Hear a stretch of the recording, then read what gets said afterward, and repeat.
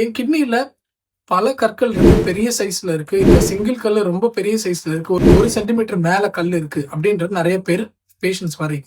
So இந்த மாரி பேஷண்ட்ஸ்க்கு நம்ம என்ன பண்ண முடியும்? என்ன ஆஃபர் பண்ண முடியும் அப்டின்னா, ஒரு 1 சென்டிமீட்டருக்கு மேல கிட்னிக்குள்ள இருக்கிற கல்ல நம்ம ரொம்ப நேரமா கீழ வழியா ஒரு யூரெட்ரோஸ்கோப் போட்டு உடைக்க முடியாது. யூரெட்ரோஸ்கோப் அப்டின்ற அந்த நேம்லயே உங்களுக்கு தெரியும். அது யூரிட்டர்ல இருக்கிற ஸ்டோன்ஸ் உடைக்கிறதுக்காக மட்டும் தான். ஒருவேள கிட்னில அதிகமான லோட் கல்லு இருக்கு.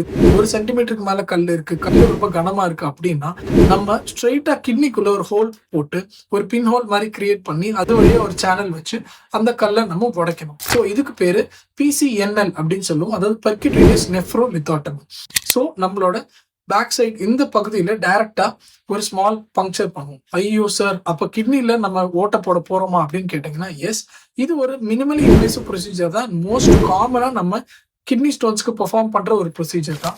அண்ட் லார்ஜர் ஸ்டோன் வால்யூம்க்கு வேற ஆப்ஷனே கிடையாது. இந்த ஒரு option has the best stone clearance rate. இந்த ஹோல் எவ்வளவு பெருசா இருக்கும் அப்படின்னு கேட்டீங்கன்னா, இன்ஃபேக்ட் நம்ம ஸ்டிச் பண்ற ஊசி அந்த அளவுக்கு தான் நம்ம கிட்னியை பங்க்சர் பண்ணுவோம். அந்த ட்ராக் மட்டும் நம்ம கொஞ்சம் டைலேட் பண்ணுவோம். ஸோ யூஸ்வலா நம்ம சொல்ற இந்த கீ ஹோல் சர்ஜரி, இந்த லேப்ரோஸ்கோபி இந்த மாதிரி எவ்வளோ ஸ்மாலா இருக்குமோ அதை விட ரொம்ப ஸ்மாலான இன்சிஷன் தான் இதுக்கு நம்ம போடுவோம்.